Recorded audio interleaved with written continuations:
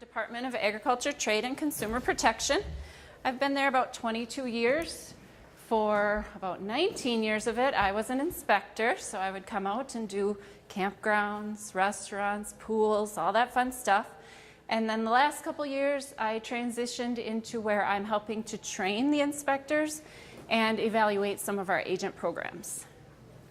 So today, we're going to talk about, I'll just give you a brief history about DADCAP and some of your contact information. So like if you have a question on who you contact for licensing, complaints, all that good stuff, I'll kind of help you out there. And then the meat of the presentation will be our top violations. So those are the top violations that our inspectors have written most recently. And then of course, we'll tie that in with how you can prevent your facility from having that violation. So just a layout of our state. Our retail licenses are issued either by Department of Agriculture, or they could be issued by an agent of the department. So that could be a county or a city health department. So that light yellow. Oops. The colors don't necessarily mean anything on here. I think it's just so you can see the counties better. Oh, okay. Yeah. So most of our counties are agent. So there's fewer and fewer counties that are covered by the state. Most of them are covered locally by the county health department. If we look at DADCAP, that's who I work for, and we have our breakdown. If you're dealing with Department of Agriculture, the two sections you're going to work with most would be the retail and recreational safety section. So if you saw Mary Ellen or Samantha Fiskus, any of their talks earlier, they work for that same section as me. And then we have our compliance and licensing section. So if you're needing to get a license for your campground or your restaurant, that's the section you're going to work with. They'll help you get set up and ready for your pre-inspection. So to contact, you basically have to know, if you're in an agent county or if you're in a state county. If you have any questions and you're in an agent county, you want to contact that local county health department and work directly with that inspector, because they'll be the ones issuing your license and doing your inspection. If you're in a state area, we have our licensing section. They have a phone number and an email address. So the phone number is not manned. You're not going to get someone to answer it. You always leave a voicemail and they call you back within 24 hours. We have 3 licensing specialists that cover the whole state. Same with the email. It gets divvied out among them. They'll contact you. We have our retail specialist mailbox. So I'm a retail specialist, and we answer a lot of your retail food questions if you decide to ask us. And then we have our complaints mailbox, and that's if there's a complaints or emergency response concerns. So I use data from the calendar year 2017 routine and pre-inspections.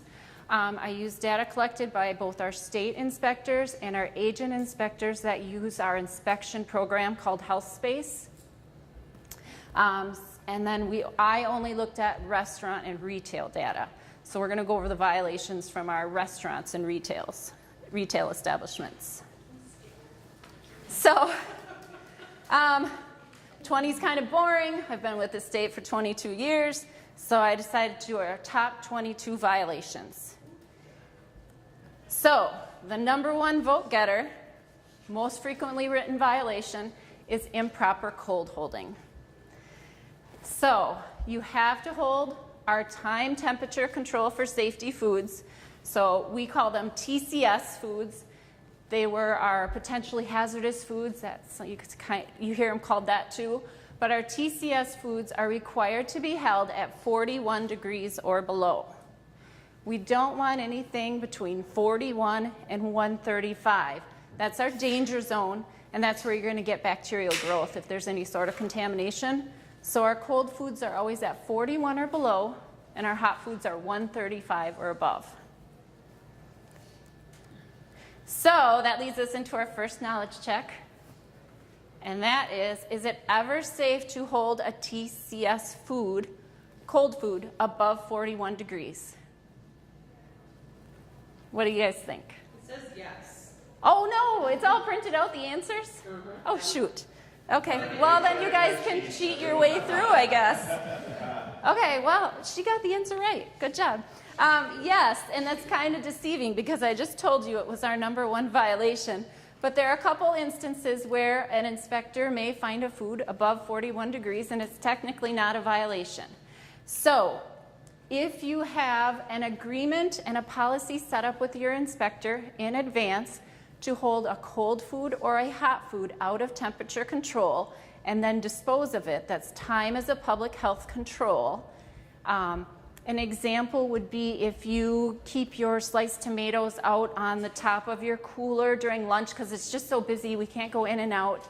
But then after lunch, so within 4 hours, you then throw out whatever's left of those tomatoes. So you have a procedure in place to do that, and your inspector has reviewed it. It's called time as a public health control. Then it's okay to hold that cold food, that cold TCS food, out of temperature control higher than 41. So it's kind of confusing, but you have a 4-hour window, and it has to be an approval that you set up with your inspector ahead of time. And you're going to have a written policy on how you do that. So the sliced tomatoes are pretty common. Another one is if you have like some hot food out on a buffet line, but you don't have it under a heat lamp or it's not kept at 135 or above, it's out there for 4 hours. Sometimes you'll see it at some grocery or some retail, like convenience stores. Those hot boxes or the grab and goes aren't quite 135, but they date and time their food, and then every 4 hours, anything that's left is thrown out. So that's one way. The other way is if you have something in your cooler and it's cooling down, and so it's above 41, it's a food that's meant to be cold. You had cooked it, you're trying to cold hold it, but it's still above 41. So if your inspector goes in and says, hey, this soup is 72 degrees, you know, that's wrong, that's a violation, what's going on with the soup? You're explaining to them that it's in the cooling process. And so when you cool foods down, you have a total of 6 hours to get it cooled down, which sounds like a long time, but it's not. It's hard to cool foods quickly. So you would go from 135 to 70 in 2 hours, and then from 70 to 41 in an additional 4 hours. But you're going to have to help the food along, either by using shallow pans, ice wands, something like that to aid it in the cooling process. But those would be the two instances where you might have a TCS food above 41 and it's not a violation because you either have your approval set up to use time or you're in the cooling process. Is there a list somewhere of what TCF foods are? A list of TCS foods? No, it's all the foods that can spoil. Well, like cheese. Some cheese is, some isn't. Thank Yep. you. That clears it. Good cheese. I'm sure that cleared it right up. Your hard cheeses aren't necessarily a TCS. Most soft cheeses are. Some can be held longer than 7 days, some not. Yeah, there was a list. Does the food code spell out, the FDA food code spell out cheeses? Yep. Yeah. So you go into the FDA food code and you find it there. But I don't have a handout or anything that spells it out. Typically, if it's an animal product, it's going to require, that's going to be a TCS food. Anything that has a protein, an animal protein value in it, so many of your dairy products, many of your animal-derived products, and then you have recently, over the last couple of years, your vegetables that have been sliced or diced are going to be considered potentially hazardous. So a watermelon whole is perfectly fine to sit out at room temperature, but once you cut into it, then it's got to be refrigerated within 4 hours. How about something like bacon that if you start with it raw, you cook it, then you put it in the cooler to use it again as bacon then? So bacon is one of those products that when you determine if a food is going to be considered a TCS food product or not, a lot of it has to do with time and temperature is what we use a lot, but there are also other factors, which are pH and water activity. And so after you cook bacon, most of the water is off out of that product, so it becomes a very dry product. So if you cook crisp bacon, that is no longer considered a TCS food product because there's not enough water in there that's available for bacteria to grow.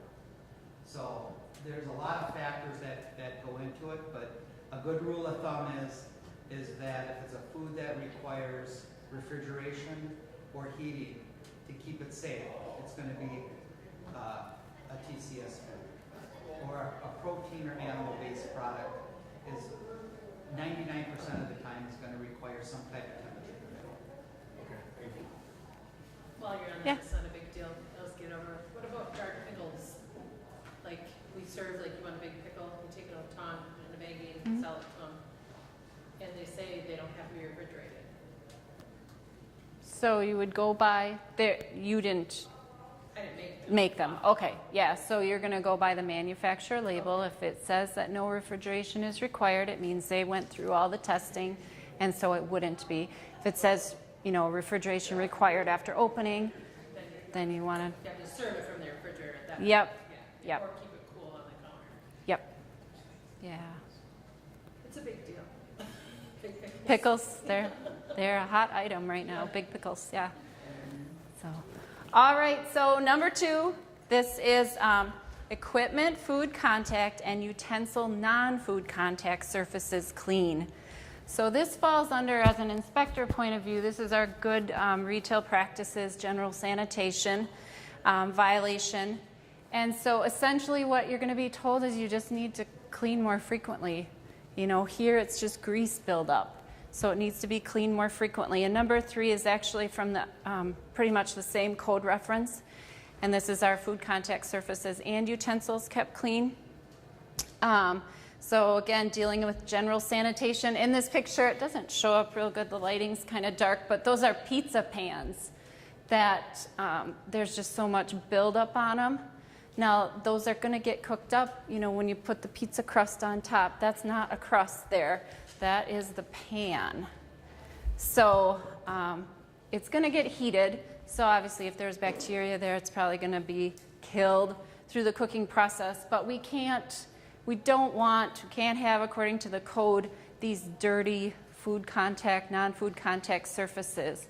So they need to be kept clean to sight and touch. And you're not saying like a seasoned pizza street. No, that's different. Yep.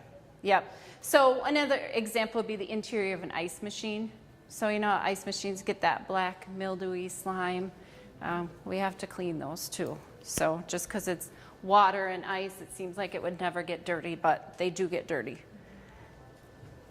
Number 4 is having a test kit available. So for your sanitizer that you use at your facility, you have to have a method to test it. So if you have bleach or chlorine that you're using, you need to have the proper test strip to check that concentration. If you're using an ammonia base, you need that test strip. High temperature test strip if you're using hot water for your sanitizer. You can't switch and use a pH paper to check bleach.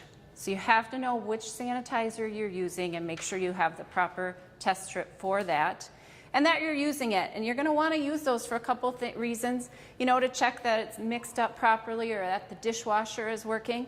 You can also use it to check up that your chemical person isn't got it turned up really high where you're using more chemical than you need to. Then you're just going through it faster and wasting it. But these are required to be provided. In number 5 spot, we have date marking. So all those TCS foods that we tried to describe, that Jim was describing, are required to have a date mark.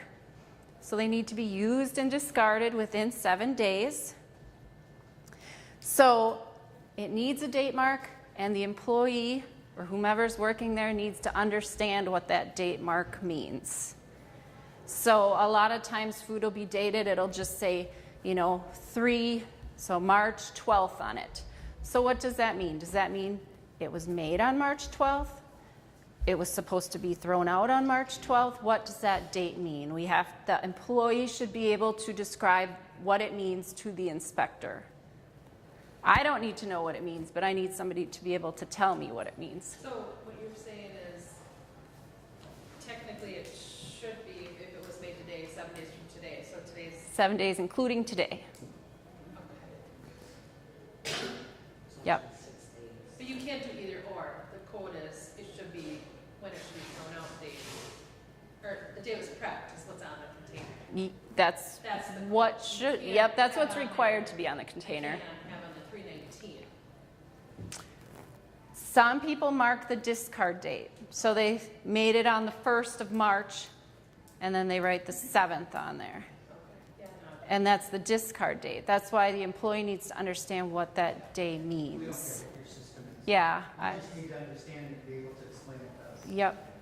All right, I have two specific questions. One, like you get the big logs of cheese, Mm-hmm. and you break them up into smaller ones and mark them. Do they have to be thrown away within 7 days then after breaking them up? So it depends if it's a hard cheese or not. Well, it's all that. If it's not considered a TCS food, it doesn't have to be date marked. Yeah. What if you freeze it? What if- Freezing stops the time. So the time before you froze it counts, So if and you then the make time these little after. Smaller packages and freeze them, then Yeah. you're good? Yep. So if you made it and froze it on the same day, you've only used one of your 7 days. Oh, okay. Yeah. Yep. Well, the Yep. other So question freezing I have stops is- it. oh, I'm sorry. Nope, that's fine. Is like, if you buy milk, that's, the date on the thing of milk is 10 days from now. Yep. You open it, you gotta throw it away before the date. Yep. So some of our most common questions. The top one is milk. When you open the milk, the clock starts. You can't use the sell-by date on the milk. You need to date mark your milk. So if you open it up today, you write, what is today, 3/14 on it. Even if it says it's good till March 23rd or whatever, milk dates keep getting extended. It is considered TCS, so once you open it, it needs a date mark. Same with sour cream. I think sour cream, yes. Sour cream may or may not. Yeah, it kind of Depends on the depends. acidity. The dairy products are, yeah. It's safe to mark them all. No. Just throw away everything, yeah. You know, in a lot of it, the shoulder seasons, our restaurants are open 2 days a week. Friday, yeah. Saturday, so you break You the gotta stuff buy up, little open it, things and of just milk. throw it all away the next Yeah. week, big logs of cheese, because you didn't use. Well, if you're using like the sharp cheddar or some of those more common hard cheeses, those wouldn't Well, I'm need. talking sliced stuff that. Oh, you the know, fake yeah, for cheese, burgers, you know, like American. like a Velveeta cheese. Processed cheese is not. That's not an issue. As long You as don't it's keep. processed. Yeah, you can hold that. That's not No, really. That's not true, is it? And remember, it has to be a TCS food and it has to be ready to eat. So if it's a raw product, you don't have to date mark the raw product. It's only once the product is in a ready-to-eat form. Because what we're worried about there is listeria. And listeria can grow under refrigeration temperatures. 7 days is the maximum time that you can hold that product before listeria builds up to high enough numbers to cause things. Yeah. So if you open up a package of deli meat, or you cut a chunk of deli meat, that needs a date mark. That is a listeria hotbed. 7 days. Salmonella But if it's typhi or something like that? raw hamburgers, it's gonna cook, it doesn't, Raw hamburger doesn't need a date mark because it's not a ready-to-eat food. you can cook it. Yeah, Avoid those. you're gonna cook it up. So it'll spoil and show you the spoilage organisms before it would make somebody sick. Yep. So you could have raw meats and you Yeah. might have raw vegetables. And neither one of those are going to require. Yeah, like a whole, It has to meet both criteria. It Yeah. has to be ready to eat and it has to be time and temperature controlled for safety food. If it meets both of those criteria, then it has to have a date mark. And if you're unsure, if in doubt, date mark. date mark it, Yeah, yeah. I did mark everything. But you're saying, I take my burgers out, put them on a pan, I wrap them, I put the date that I took them out on, put them right on that top shelf. Joking. That's the next violation, actually, so you're not alone. But I don't have to date it, because, I mean, you can't leave them there for Yeah. 7 days, I mean, you wouldn't serve that. You could, You gotta cook but- them. Yeah. I'm But so- if it's, but, yeah, it doesn't apply to raw product. You go to some countries and they age their meat for weeks before they actually, and they just cut the mold off and then cook it. Yeah. That really tenderizes the meat product. Yeah. Yep. So, I hate to bring this up now because it's just going to confuse you guys, but commercially processed salad, so Mrs. Jerry's potato salad, you don't have to use 7 days when you open it. For that, you can go by the date on the carton, the process date, because it was made in a licensed manufactured plant. If you make potato salad yourself, 7 days. If you use a commercially processed potato salad or other commercially processed salad, you can actually use the date on the container. So it's going to probably be, I don't know, 14, 20 days, 30 days. Because they were manufactured in a licensed, regulated processing plant. Many of those places put preservatives in the food. And they have all that extra stuff in it. Except milk. Yeah, except milk, yeah. So, you know, keep that in mind. You can, that date on the outside of the container can follow with that commercially processed salad. And then again, you don't have to purchase special day dots. I know that in my pictures they were fancy dots. You can just use a Sharpie and masking tape or whatever. So it's just whatever system you use. All right, storage of food. So you mentioned storing a hamburger on the top shelf. Yeah, it's common. It's our number 6 violation. It's just easier to get to. Yeah, that's what a lot of people, it's easier. So in this picture, this is a violation. We have a raw meat product stored over a ready-to-eat food. So the celery could be a ready-to-eat food. You know, we don't know if it's going to get added into a soup and cooked. It could be the celery on the side of wings. So it's a cross-contamination issue. The juice from the meat or the drippings from the meat could drip down onto that ready-to-eat product. So we want to think about, when we think of food storage, we're going to think about if it's a ready-to-eat food and then what the cook temperature is of all those other foods. So this was on one of the, I think it was a grocery store I was at. They had this on their cooler door. You're always going to have ready-to-eat on top. So if you're stacking stuff and you don't have it separated within a cooler, ready-to-eat is always the top shelf. And then you're going to think about cook temperatures. So the easiest way for me and the way I describe it to operators is swim, walk, fly.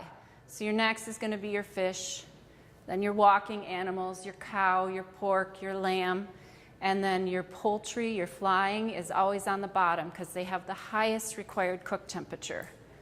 So if the hamburger juice drips down onto the chicken, it technically shouldn't matter because you're going to cook that chicken higher than what you did the hamburger. But vice versa, if the chicken juice dropped onto the hamburger, you're not normally going to cook that up as hot as you did the chicken. So order your cooler, put your cooler in order by cook temperatures if you don't have designated spots. Like some will have, this rack is all my ready to eat and this rack is all my beef. And you know, everybody's got different coolers in different sizes. So if you need to layer them, ready to eat on top, and then by cook temperature, so swim, walk, fly. Number 7, so this is just maintaining a clean facility. So if you have a really busy lunch or dinner, it's gonna probably look crazy and messy back there, and that's fine. Most inspectors are gonna understand that. If I come into your facility at 12:30, 1 o'clock on a Friday, or at 6:30 on a Friday, it might be a zoo back there. We might have some full garbages and lots of dirty dishes. We're trying to get caught up. That's okay. But what we don't want is that to be the norm, or we don't want to see that at maybe 2 or 3 in the afternoon. By then you should have caught back up. So you need to make sure you have the manpower and the capabilities to keep your facility clean. And then in addition to our daily cleaning, we have a deep cleaning schedule that we're following. And that's going to help with that buildup on our non-food contact surfaces, like that grease we saw on the, maybe under the grill or under the table that holds the grill. If we have our deep cleaning schedule, we're going to take care of that problem too. Number 8, every hand wash sink needs to have a hand wash sign. So this would be our sinks in the kitchen, prep areas, and the restrooms used by employees. So this next one just shows the code reference that refers to needing a hand wash sign. You don't need any special sign. Some have pictures, some have words, different languages. You just have to have that hand wash sign. So number 9 leads us to our next knowledge check, which we already know the answer to, I guess, but what is the concentration needed for mechanical sanitizing of dishes or utensils if you use bleach? So do you know what you're looking for? If you use that test strip, which is required to check your bleach, what solution parts per million do you need for mechanical? What does that mean? Dishwasher? Yep. Yep, mechanical dishwasher. So 50 parts per million for chlorine. So that is, the colors don't show up very nice here. It looks much better on my screen, but it's going to be your second square over. It's a lighter purple, a light purple. The arrow is pointing to the 50. So that's for mechanical. If you do manual washing or manual wiping of tables down, prep tables with bleach, you're going to have it mixed up to 100 parts per million. That's our third square over.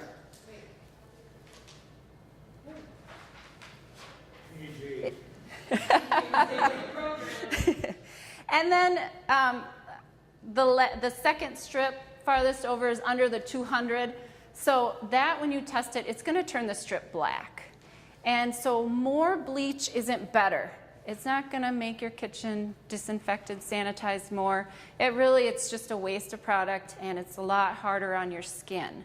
So we'll get a lot of operators that, I just can't use bleach, it's so hard on my skin, and then we'll check their solution, and it just blacks it out. They have it mixed so strong.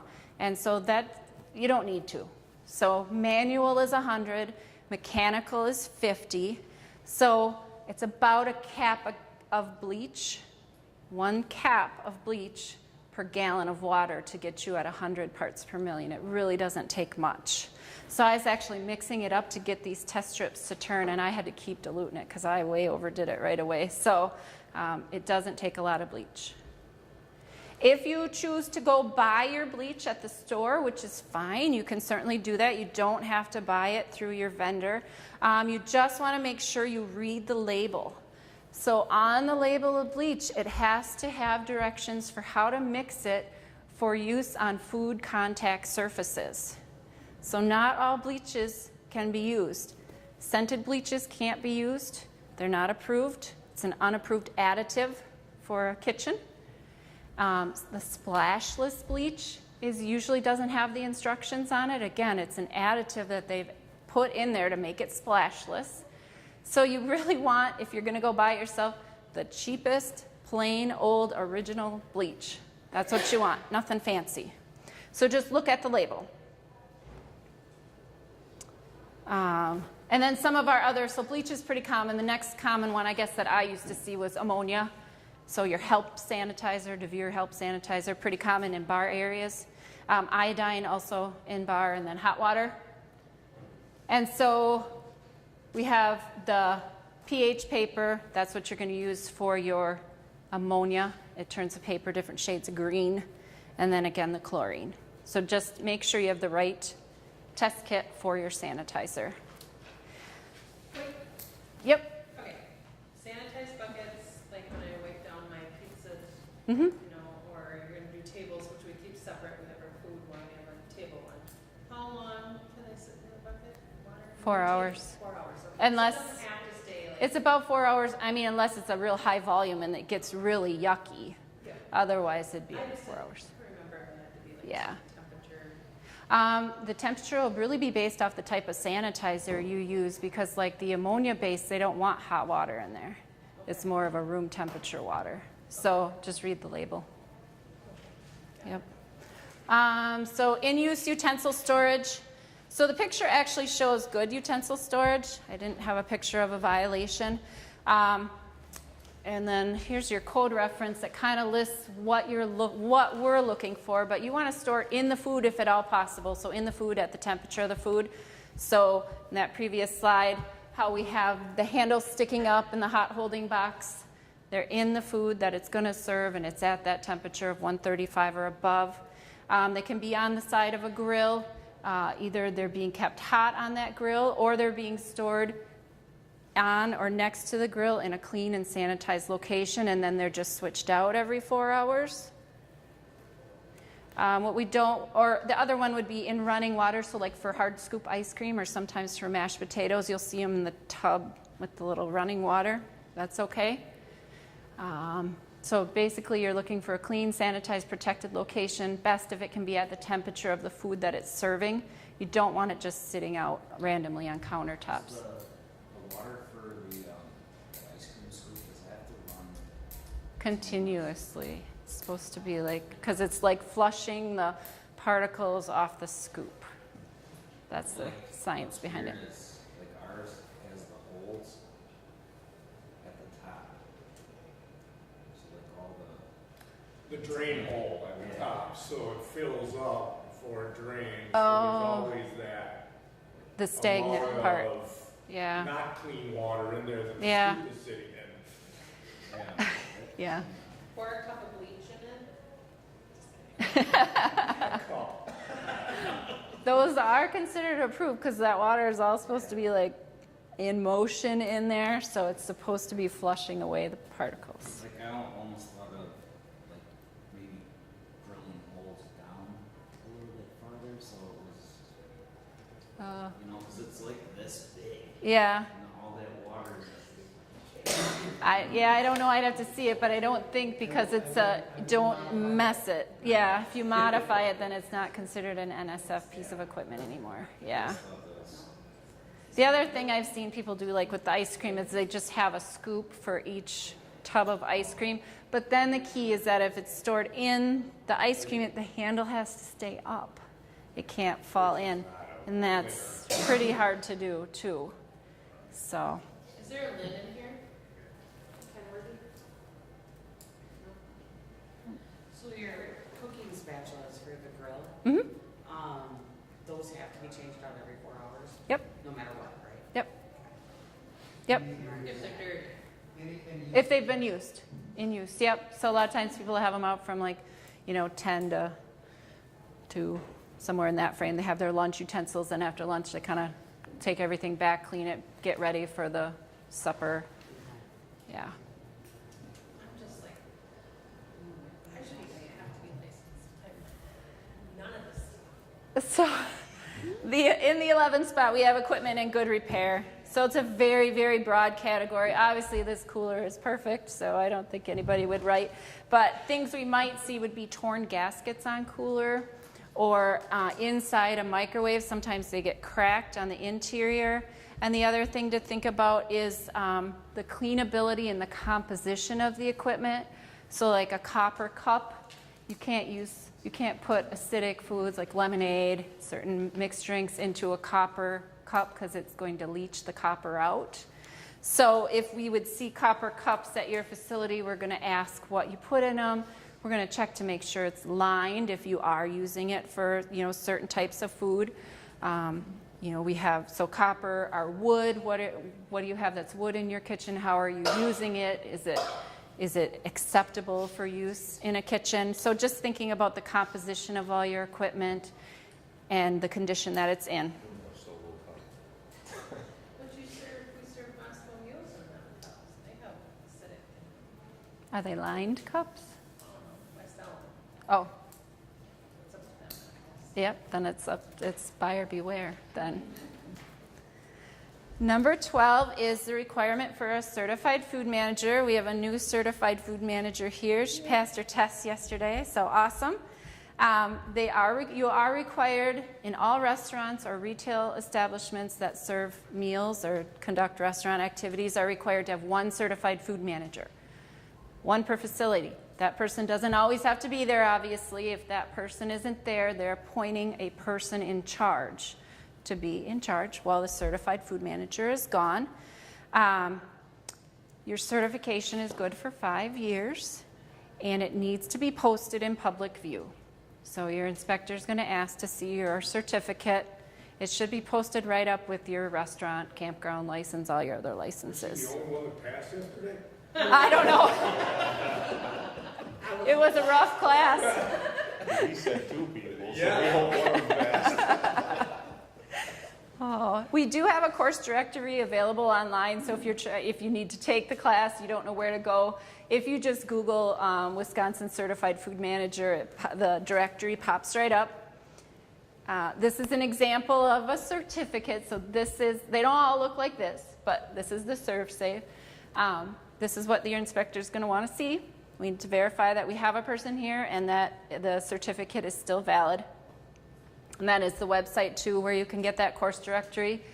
And then in Wisconsin, we do have the small operators certificate, that course, which maybe, I don't know if any of you have that, but if you have 5 or fewer food employees, you qualify for the small operators course. But you must first take the full certified food manager course. So first you take the full thing like everybody else, and then if at renewal time, so 5 years later, you own or work in a business with 5 or fewer food employees, you can take that small operators class instead of taking the full certified food manager course again. So that's an option. It's like, if you've been around a while, it's like the old recertification course. I don't know if any of you ever did that, but that's pretty much what it is. Number 13, we have food disposition. And so basically, just to put it really simply, this is going to be marked as a violation if we find a TCS food with no date mark or the date mark exceeds 7 days. So they're going to get written as a violation for food disposition. And that's going to lead us into the next knowledge check, which we kind of talked about earlier with date marking. But you cook up some hamburger on January 1st. I tried to make this math really easy because I am not good at math. And then on the 3rd, you combine the hamburger with some other ingredients to make chili. So what date are you going to give that chili? The first, on January 1st. Because that's So- when the first time that you made it. Yep. So I got that answer. how long? So if you're starting from you get a total of 7 days, right? So it's on the 7th.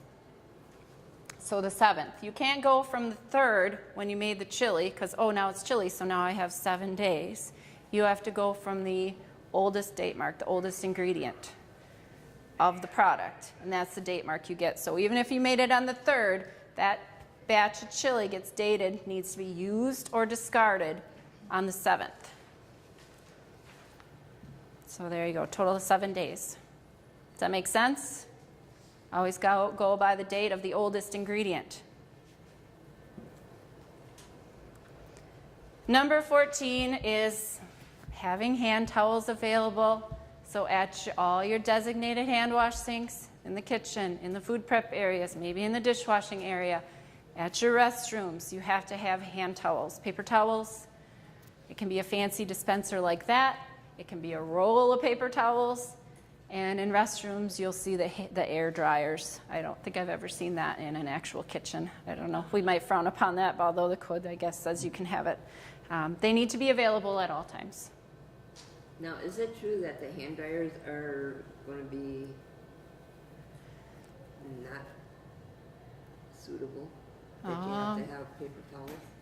I don't think, Because that's as what was of, brought up in the class yesterday. oh, really?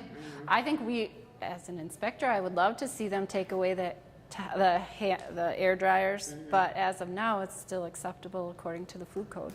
So we can only go by the food code. What did you get marked up? Not having paper towel in the restrooms. We have hand dryers, but we don't have paper towels, and our health inspector marks us all the time. And we try, and people just take the paper towels. Oh, yeah. You have kids that, yeah, so, but yeah, it's, they don't fine us or do anything, they just make that notation. Sure. There was no paper towels in the restroom that has hand dryers. Okay. And Yeah, you're this- for air in bathrooms, or you're for paper towel in bathrooms? What's your preference? I am for whatever the code says. I can only go by what the code says. So, and according to the code, C, heated air hand drying device is acceptable. I've never seen one in a kitchen. I don't know if anybody has, you know, personally I would say you probably could think of a better way to do it, but according to that, that's what the code says. Non-food contact surface is clean. You know, clean the interior of your microwave. I guess that's the easiest one I can think of. And your refrigerators, yeah. Your walk-in coolers, the racks in your walk-in coolers. I didn't have a picture for that one. Temperature measuring device. So all of your coolers and your hot boxes have to have a thermometer, either exterior mounted or interior. And you're going to want that thermometer if you're putting it in, you know, interior mount in the warmest part of the cooler or the coldest part of the hot box. But you are required to have a working thermometer. Freezers, you don't have to. You might want them because there's no set temperature for freezers. The food just has to be frozen. So most inspectors just do the, you know, grab the food, make sure it feels frozen. But for your coolers and your hot boxes, that's more critical temperature that your food is at. So we're going to have that thermometer available and are going to make sure it's at 41 or below for the cold hold and 135 or above for the hot hold. So wiping cloth storage is number 17. Do you see anything wrong with this picture? Yeah, the rings out of the bucket. Very good. Yes, the arrow points it out. So wet wiping cloths cannot be sitting on the counter. You pull them out of the bucket of sanitizer, wipe up the mess, and return them to the bucket of sanitizer. So no wet wiping cloths laying on counters. Number 18, hand wash sink accessibility. So we've pretty much covered hand wash sinks now. You have to have a sign, you have to have paper towels or other method. You have to have hand soap, and now the sink needs to be accessible. So hand washing and personal hygiene, employee hygiene, is one of the leading causes of foodborne outbreaks.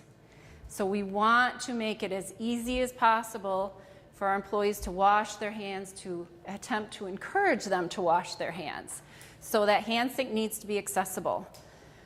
A while back, a few years back, I went into a small bar and I asked them, oh, where should I wash my hands? You know, where should I wash my hands? I was getting ready to do my inspection, and they showed me the hand wash sink, and it had 2 purses, a line of cell phones, all sitting right in the basin. And I said, well, where do you wash your hands? Oh, we just rinse them off over there. Oh, no. So that's an inaccessible hand wash sink. I've never seen that again. I wish I would have snapped a picture. I didn't. But yesterday I got a picture, but it was a little too late for here. But hand wash sink with a cart of dirty dishes parked in front of it. So yeah, the cart's movable. Am I, as an employee, going to move it to wash my hands? No. It has to be kept accessible at all times. So, knowledge check. Do you have to wash your hands before putting on single-use gloves? Yeah, she knows. She probably had that question yesterday. Yes. When to wash your hands, that's number 19. So there's a long list of when to wash your hands. You know, after you touch your hair, obviously after you go to the bathroom, if you have service animals that you have to care for, switching from a raw, ready-to-eat food, handling soiled equipment, taking out the garbage. I have highlighted before putting on gloves for working with food. So before you put on your single-use gloves, you have to wash your hands. Number 20 is shielding light bulbs. So all lights in food prep and food storage areas need to be shielded or shatterproof. And shatterproof doesn't necessarily mean when they burst, they're not going to shatter all over. So So on, Oh, like I mean, fluorescent tubes, you got to slide the plastic tube over. Yeah. that's what I was gonna ask. Yep, that's acceptable. Yep, that's perfect. Oh, I guess I said hand soap too early. Yeah, there we finished the hand wash sink area. Number 21 is that hand soap isn't provided. So you need to have hand soap at all of your designated hand wash sinks, kitchen, prep areas, and bathroom, always provided. Our very last one, coming to the end, is labeling. So the pictures give you a couple different areas where we would say that this is a violation. So the squeeze bottles, if you take something out of a bulk container and put it into a working container, it needs to have a label. So like if you dump the bag of flour out into a big bin, it needs to be labeled flour or sugar or whatever white powder is in the bin.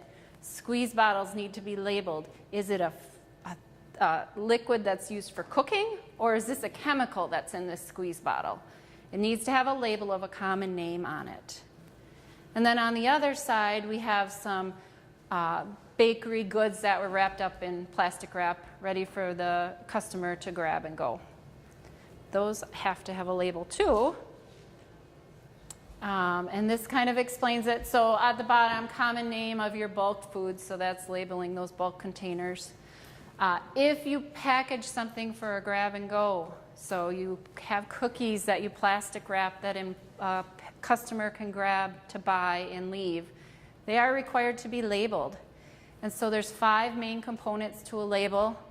It's a product name, the list of ingredients from greatest amount to the least. Our allergen declaration, if there's an allergen and it hasn't been clearly stated in the ingredients, then you need to have an allergen declaration. Our contents or quantity, and then the business name. So then on this next slide, I have an example of a label. And this label meets the requirements. He's got the name of the product, so it's Metwurst. It's kind of like a bologna thing. And then he's got his ingredients. So if we look at the ingredients, nothing in there is one of our major allergens. So we don't have to have an allergen statement. Then he's got his weight. He weighed it out, put it on there, and where it was processed. So yeah, he put all that stuff. I mean, he's got the keep refrigerated because it needs to be refrigerated. Cookies and that, don't you need to put a date on there because it's ready to eat? Is it a TCS food?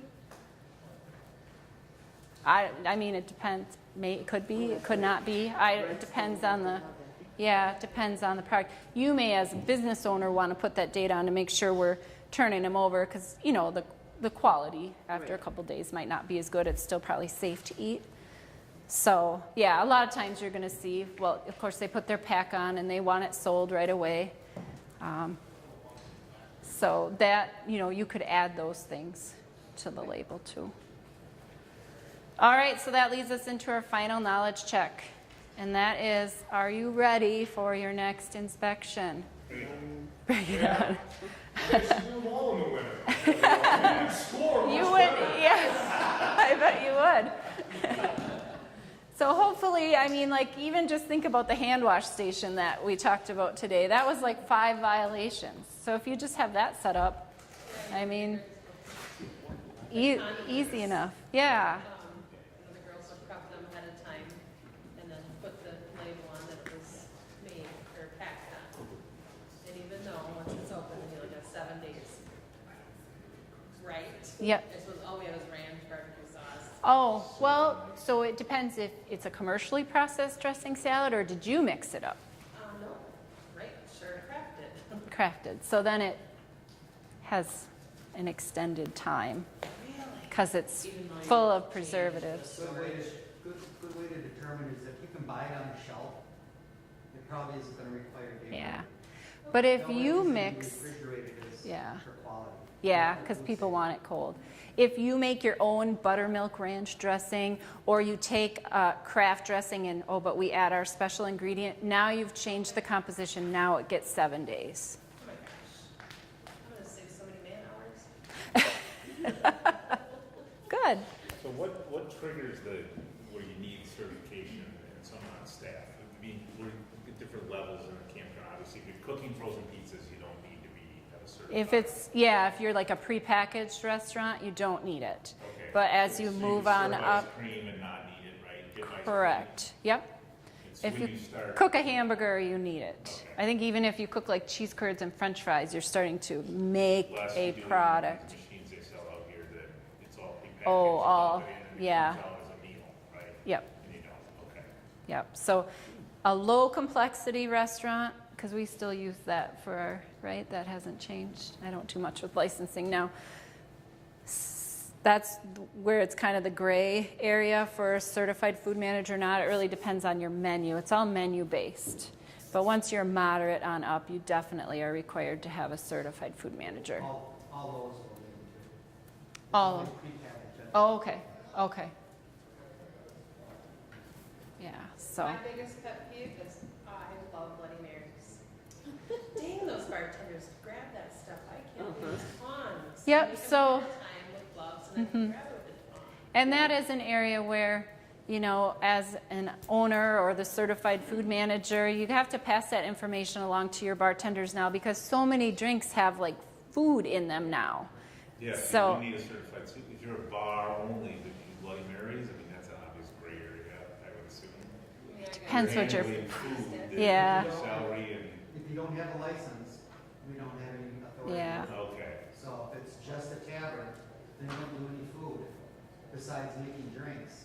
You're not gonna have a license. Yeah, So you just make the Bloody Mary with a cheeseburger on it. When you start making a meal, you put a cheeseburger in a glass, you got a meal now. then someone's gonna be visiting you probably. Because I've seen some shrimp and bologna and cheese and you name it, Yeah. half a chicken. Shrimp and celery common, that's all applies to handling that product.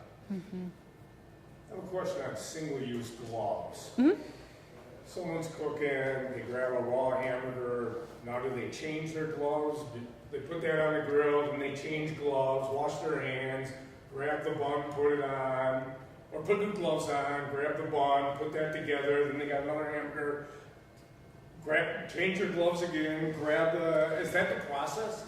It could be. Are you better off can you wash your hands and not use the gloves every time? It's quicker to wash your hands. You than could it is wash- to change your yeah, gloves and get them you- on every time. You just have to be smart about it. I've seen some people be very ingenious where they'll make their hamburgers up in the morning and they'll either roll them into balls and then when there's a quarter, they take the tongs and they put it on the grill and they take their thing and they press And it ours are down. pre-patties, so you're taking them out of the pack for that. But you could touch the raw hamburger with your bare hand because it's not ready to eat. So you wouldn't need a glove on your hand to take that raw hamburger out to put it on the grill. Just to grab the bun. The bun is ready to eat, so now you can't touch it with your bare hand. So you could, And cheese is that's ready to eat. ready to eat. But you can't touch your raw burger on your cheeks. No, so you put the grill on, you put the hamburger on with your bare hand and then you wash your hands up good. Put your gloves on, flip your hamburger with your tongs, and now you can still assemble it because those tongs are not contaminated. Best ways that you can do some pre-prep. where Yeah. You can put the hamburgers out on a sheet pan or whatever. so With that deli as the order paper. comes in, you can just take the spatula and put them on the grill. Then you're not touching any raw Yeah. product at all. You did that in the morning, you washed your hands, and now you're just dealing with utensils Yeah, isn't that the variance through your? or deli tissues. Yeah, we use, Oh, the bare hand contact? Yeah, I mean, you can apply for that we still get. through the inspector. Yep, We all wash. yep. But now if you take your, your spatula and you grab that raw patty and put it on the grill, technically you can't use that now to cook with, right? 'Cause it's Well, that's touched. that- You that touch the spatula's gonna grill. be on the hot grill as So you well. wanna put it Yeah, on the grill. you've and touched peel it, off the grill. Yep, so that's okay. Yeah. I've seen a lot of people using deli paper, double deli paper on each side to help prevent, or if it's a Yeah, frozen it's puck, come you use a 6-pack, tongue. pre- Oh, pressed yeah. out and- That would be harder and then. they're Yep, raw. yep, Yeah, okay. yeah, oh, yeah. Yep, that makes it a little more difficult. I've seen some, there's just, you have to just kind of think about what you're doing and how can I make this simple for myself? So that when it gets busy, everything's really going and you've managed to do everything with utensils. You're not doing any hand contact. The gloves aren't for, your protection, Right, I they're for the understand that. food's protection. I suck with chopsticks too, so that's the tongs are bad. We use aprons in our little snack bar, and that's my girls take them off, but you go to other establishments and they're running to the bathrooms in their apron. Oh, yeah, Oh, that's not good, yeah. Yep. All right. Any other questions?